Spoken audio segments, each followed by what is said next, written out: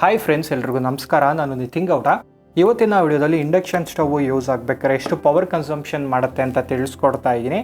ದಿನೇ ದಿನೇ gas cylinder price ಜಾಸ್ತಿ ಆಗ್ತಾ ಇರೋದ್ರಿಂದ ಗ್ಯಾಸ್ ಆಲ್ಟರ್ನೇಟಿವ್ ಎಲೆಕ್ಟ್ರಿಕ್ ಇಂಡಕ್ಷನ್ ಸ್ಟವ್ನ ಯೂಸ್ ಮಾಡೋಣ ಅಂದ್ಕೊಂಡ್ರೆ ಅದ್ರ ಸೇಫ್ಟಿ ಮತ್ತು ಕರೆಂಟ್ ಎಷ್ಟು ಬರ್ಬೋದು ಅಂತ ಥಿಂಕ್ ಮಾಡ್ತಾ ಇರ್ತೀರಲ್ಲ, ಅದೇ ರೀಸನ್ಗೆ ವಿಡಿಯೋನ ಮಾಡ್ತಾ ಇರೋದು.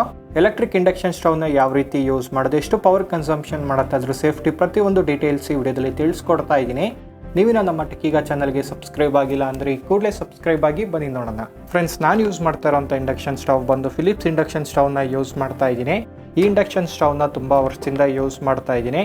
ನೀವು ಯಾವುದೇ ಬ್ರ್ಯಾಂಡಿಂದು ಇಂಡಕ್ಷನ್ ಸ್ಟವ್ನ ತೊಗೊತೀರಾ ಅಂದರೆ ಅದ್ರ ವರ್ಕಿಂಗ್ ಪ್ರಿನ್ಸಿಪಲ್ಲು ಮತ್ತು ನಾರ್ಮಲ್ ಪವರ್ ಕನ್ಸಂಪ್ಷನ್ ಬಂದು ಆಲ್ಮೋಸ್ಟ್ ಸೇಮೇ ಇರುತ್ತೆ. ಆ್ಯಂಡ್ ಇದ್ರ ಸೇಫ್ಟಿಗೆ ಬಂದರೆ ನೋಡಿ ಫುಲ್ಲು ಕ್ಲೋಸ್ಡ್ ಆಗಿರುತ್ತೆ. ಹಿಂದೆಗಡೆ ಒಂದು ಫ್ಯಾನ್ ಬರುತ್ತೆ, ಇದು ಬಿಸಿ ಆಗುತ್ತಲ್ಲ, ಮೇಲ್ಗಡೆ ಗ್ಲಾಸ್ ಟಾಪಿಂಗ್ ಬರುತ್ತೆ ಮತ್ತು ಕಂಟ್ರೋಲ್ ಮಾಡೋಕ್ಕೆ ಬಟನ್ಸ್ ಬರುತ್ತೆ. ಈಸಿಯಾಗಿ ಸೇಫಾಗಿ ಯೂಸ್ ಮಾಡ್ಕೊಬೋದು. ಗ್ಯಾಸಲ್ಲಿ ಯಾವ ಥರ ಅಡುಗೆ ಮಾಡ್ತೀರಾ ಅದೇ ಥರನೇ ಅಡುಗೆ ಮಾಡ್ಬೋದು. ಒಳ್ಳೊಳ್ಳೆ ಇಂಡಕ್ಷನ್ ಸ್ಟವ್ ಇಂದು ಲಿಂಕ್ ನಾನು ವಿಡಿಯೋ ಕೆಳಗಡೆ ಡಿಸ್ಕ್ರಿಪ್ಷನಲ್ಲಿ ಕೊಟ್ಟಿರ್ತೀನಿ, ನೀವು ನೋಡ್ಬೋದು. ಈಗ ಇಂಡಕ್ಷನ್ ಸ್ಟವ್ ಯಾವ ರೀತಿ ವರ್ಕ್ ಆಗುತ್ತೆ, ಯಾವ ರೀತಿ ಯೂಸ್ ಮಾಡೋದು, ಪವರ್ ಕನ್ಸಂಪ್ಷನ್ ಎಷ್ಟು ಮಾಡುತ್ತೆ ಅಂತ ತಿಳಿಸ್ಕೊಡ್ತೀನಿ. ನೋಡಿ, ಪವರ್ ಕನ್ಸಂಪ್ಷನ್ ಎಷ್ಟು ಮಾಡುತ್ತೆ ಅಂತ ತಿಳ್ಕೊಳ್ಳೋಕ್ಕೆ ನಾನೊಂದು ಪವರ್ ಮೀಟರ್ನ ಯೂಸ್ ಮಾಡ್ತಾ ಇದ್ದೀನಿ. ಇದನ್ನ ಯೂಸ್ ಮಾಡ್ಕೊಂಡು ಇಂಡಕ್ಷನ್ ಸ್ಟವ್ ಎಷ್ಟು ಪವರ್ ಕನ್ಸಂಪ್ಷನ್ ಮಾಡ್ತಾ ಇದೆ ಅಂತ ತಿಳ್ಕೊಬೋದು. ನೋಡಿ, ಇದರಲ್ಲಿ voltage, watt, amp, time, kilowatt hour ಪ್ರತಿಯೊಂದು ಡೀಟೇಲ್ಸು ತೋರಿಸ್ಬಿಡುತ್ತೆ. ಯಾವುದೇ ಎಲೆಕ್ಟ್ರಾನಿಕ್ ಡಿವೈಸ್ ಅದು ಯೂಸ್ ಆಗಬೇಕಾದ್ರೆ ಎಷ್ಟು ಪವರ್ ಕನ್ಸಂಪ್ಷನ್ ಮಾಡುತ್ತೆ ಅಂತ ತಿಳ್ಕೊಳ್ಳೋದು ತುಂಬಾ ಯೂಸ್ಫುಲ್ ಆಗಿರುತ್ತೆ. ಅದು ಡಿವೈಸು ಯಾವ ರೀತಿ ವರ್ಕ್ ಆಗುತ್ತೆ ಅಂತ ಇನ್ನೂ ಚೆನ್ನಾಗಿ ಅರ್ಥ ಮಾಡ್ಕೊಬೋದು. ಅದೇ ರೀಸನ್ಗೆ ಈ ಪವರ್ ಮೀಟರ್ನ ಯೂಸ್ ಮಾಡ್ತಾ ಇರೋದು. ಈಗ ಇಂಡಕ್ಷನ್ ಸ್ಟವ್ನ ಇದಕ್ಕೆ ಕನೆಕ್ಟ್ ಮಾಡಿ ಎಷ್ಟು ಪವರ್ ಕನ್ಸಂಪ್ಷನ್ ಮಾಡುತ್ತೆ ಅಂತ ವಿತ್ ಎಕ್ಸಾಂಪಲ್ ಯೂಸ್ ಮಾಡಿ ನೋಡೋಣ. ನೋಡಿ, ಈಗ ಕನೆಕ್ಟ್ ಮಾಡ್ತಾ ಇದ್ದೀನಿ. ಕನೆಕ್ಟ್ ಮಾಡಿ ಆನ್ ಮಾಡಿದ್ರೆ ಇದು ಐಡಿಯಲ್ ಆಗಿರೋದಕ್ಕೆ 0.5 to 1 ವ್ಯಾಟ್ವರೆಗೂ ಪವರ್ ಕನ್ಸಂಪ್ಷನ್ ಮಾಡ್ತಾ ಇರುತ್ತೆ. ನೋಡಿ, ಇಲ್ಲಿ ಮೀಟರಲ್ಲೂ ತೋರಿಸ್ತಾ ಇದೆ 0.9 ವ್ಯಾಟ್ನ ತೊಗೊತಾ ಇದೆ.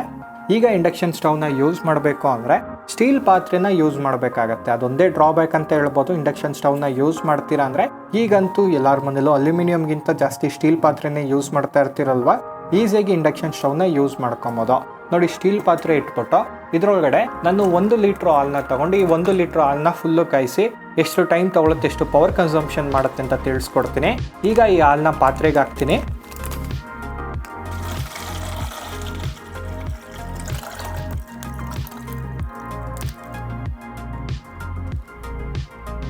ಹಾಲನ್ನ ಪಾತ್ರೆಗೆ ಹಾಕಿ ಇಲ್ಲಿ ಆನ್ ಮಾಡಿದ್ರೆ ನೋಡಿ, ಇಲ್ಲಿ ಡಿಸ್ಪ್ಲೇನೂ ಬರುತ್ತೆ. ಇಲ್ಲಿ ಮ್ಯಾನ್ಯಲ್ಲು, ರೋಟಿ, ಗ್ರೇವಿ ಮತ್ತು ಸ್ಲೋ ಕುಕ್ ಎಲ್ಲ ಥರನೂ ಅಡ್ಜಸ್ಟ್ ಮಾಡ್ಕೊಬೋದು. ಟೆಂಪ್ರೇಚರು, ಟೈಮರ್ನು ಸೆಟ್ ಮಾಡ್ಕೊಬೋದು. ನಾನು ಮೀಟರ್ನು 0 ಮಾಡ್ತೀನಿ. ಮೀಟರ್ನ 0 ಮಾಡ್ಬೋದು.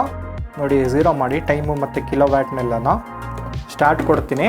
ಸ್ಟಾರ್ಟ್ ಕೊಟ್ಟರೆ ಮ್ಯಾನ್ಯಲ್ ಸೆಟ್ಟಿಂಗ್ಸ್ನ ಸೆಟ್ ಮಾಡ್ತೀನಿ. ಇಲ್ಲಿ ಟೈಮರು ತೋರಿಸುತ್ತೆ, ನೀವು ಟೆಂಪ್ರೇಚರು, ಟೈಮ್ನೆಲ್ಲ ಅಡ್ಜಸ್ಟ್ ಮಾಡ್ಕೊಬೋದು. ನೋಡಿ, ಈಗ ಇಲ್ಲಿ 1000 ವ್ಯಾಟ್ ಸೆಲೆಕ್ಟ್ ಆಗಿದೆ. ಇಲ್ಲೂ 1000 ವ್ಯಾಟ್ ಅಷ್ಟು ಪವರ್ ಕನ್ಸಂಪ್ಷನ್ ಮಾಡ್ತಾ ಇದೆ. ನೋಡ್ಬೋದು 1 kW ಅಂತ ತೋರಿಸ್ತಾ ಇದೆಯಲ್ಲ, 1 ಕಿಲೋವ್ಯಾಟ್ ಅಷ್ಟು ಪವರ್ ಕನ್ಸಂಪ್ಷನ್ ಮಾಡ್ತಾ ಇದೆ.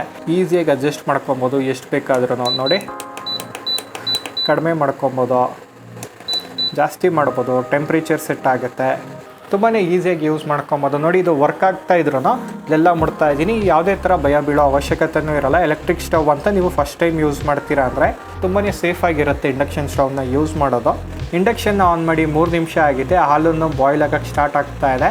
ನೀವು ಇದನ್ನು ಗ್ಯಾಸಿಗೆ ಕಂಪೇರ್ ಮಾಡಿದ್ರೆ ಗ್ಯಾಸ್ಗಿಂತ ಫಾಸ್ಟಾಗಿ ಆಗುತ್ತೆ ಇಂಡಕ್ಷನ್ ಸ್ಟವ್ ಬಂದು. ಆ್ಯಂಡ್ ಇದ್ರ ಎಫಿಷಿಯನ್ಸಿಗೆ ಬಂದರೆ ನೋಡಿ, ನಾನು ಆಲ್ರೆಡಿ ಇಂಡಕ್ಷನ್ ಸ್ಟವ್ ಯಾವ ರೀತಿ ವರ್ಕ್ ಆಗುತ್ತೆ ಅಂತ ತುಂಬ ವೀಡಿಯೋಸಲ್ಲಿ ತಿಳಿಸ್ಕೊಟ್ಟಿದ್ದೀನಿ, ಈಗಲೂ ಹೇಳ್ತೀನಿ. ಸೊ ಒಳಗಡೆ ಕಾಪರ್ ಕಾಯಿಲ್ ಇರುತ್ತೆ. ಕಾಪರ್ ಕಾಯಿಲ್ ಏನು ಮಾಡ್ತಾ ಇರುತ್ತೆ ಅಂದರೆ ಮ್ಯಾಗ್ನೆಟಿಸಮ್ನ ಕ್ರಿಯೇಟ್ ಮಾಡ್ತಾ ಇರುತ್ತೆ. 1 ಸೆಕೆಂಡ್ಗೆ ಮ್ಯಾಗ್ನೆಟ್ಸ್ ಇರುತ್ತಲ್ಲ 10,000 ಸರಿ ಅದ್ರ ಡೈರೆಕ್ಷನ್ನ ಚೇಂಜ್ ಮಾಡ್ಕೊಳ್ಳುತ್ತೆ, ನಾರ್ತ್ ಪೋಲು, ಸೌತ್ ಪೋಲು. ಅದರಿಂದ ಪಾತ್ರೆ ಬಂದು ಹೀಟ್ ಆಗೋದು. ಆ್ಯಂಡ್ ಪಾತ್ರೆದು ಕೆಳಗಡೆ ತಳ ಇರುತ್ತಲ್ಲ ಅದು ಮಾತ್ರ ಹೀಟ್ ಆಗ್ತಾ ಇರುತ್ತೆ. ನೋಡಿ, ಒಳಗಡೆ ಹಾಲು ಬಿಸಿಯಾಗಿ ಆಲ್ರೆಡಿ ವೇಪರ್ ಬರ್ತಾ ಇದೆ, ಆದ್ರೂ ಪಾತ್ರೆ ಬಿಸಿಯಾಗಿಲ್ಲ. ಅಷ್ಟು ಎಫಿಷಿಯೆಂಟಾಗಿ ವರ್ಕ್ ಆಗುತ್ತೆ. ಗ್ಯಾಸ್ ಸ್ಟವಲ್ಲಿ ಏನಾಗುತ್ತೆ ಹೇಳಿ, ಮೊದಲು ಪಾತ್ರೆ ಬಿಸಿ ಆಗುತ್ತೆ, ಅದಾದಮೇಲೆ ಒಳಗಡೆ ಇರೋದು ಬಿಸಿ ಆಗೋದು. ಬಟ್ ಇಂಡಕ್ಷನ್ ಸ್ಟವಲ್ಲಿ ಒಳಗಡೆ ಇರೋದು ಬಿಸಿಯಾಗಿ ಅದಾದಮೇಲೆ ಪಾತ್ರೆ ಬಿಸಿ ಆಗುತ್ತೆ. ನೋಡಿ, ಹಾಲು ಈಗ ಉಪ್ಪು ಬರ್ತಾ ಇದೆ. ಬೇಕಾದ್ರೆ ಇಲ್ಲಿ ಕಡಿಮೆನೂ ಮಾಡ್ಬೋದು. ಈ ಥರ ಉಪ್ಪು ಬರ್ತಾರೆ. ಗ್ಯಾಸ್ ಸ್ಟವ್ನ ಕಡಿಮೆ ಮಾಡ್ತಿರಲ್ಲ, ನೋಡಿ ಕಡಿಮೆ ಮಾಡ್ತೀನಿ, ಅದರಲ್ಲೇ ಇರುತ್ತೆ. ಮತ್ತೆ ಬಿಸಿ ಆಗುತ್ತೆ, ಕಡಿಮೆ ಆಗುತ್ತೆ, ಬಿಸಿ ಆಗುತ್ತೆ, ಕಡಿಮೆ ಆಗುತ್ತೆ, ಆಟೋಮೆಟಿಕ್ಕಾಗಿ ವರ್ಕ್ ಆಗುತ್ತೆ. ಈಗ ಹಾಲು ಫುಲ್ಲು ಬಿಸಿಯಾಗಿದೆ, ಆಫ್ ಮಾಡ್ತೀನಿ. ಟೋಟಲ್ ಆಲ್ಮೋಸ್ಟ್ ಒಂದು 6 ನಿಮಿಷ ಅಷ್ಟು ಟೈಮ್ ತೊಗೊಂಡಿದೆ. 6 ನಿಮಿಷ ಯೂಸ್ ಆಗಿರುತ್ತೆ. ನೋಡಿ, ಹಾಲು ಫುಲ್ಲು ಬಿಸಿಯಾಗಿ ಉಪ್ಪು ಬಂದಿದ್ರು ಆರಾಮಾಗಿ ಯಾವುದೇ ಬಟ್ಟೆ ಇಲ್ದಂಗೆ ಕೈಯಿಂದನೇ ಎತ್ತಿಡ್ಬೋದು.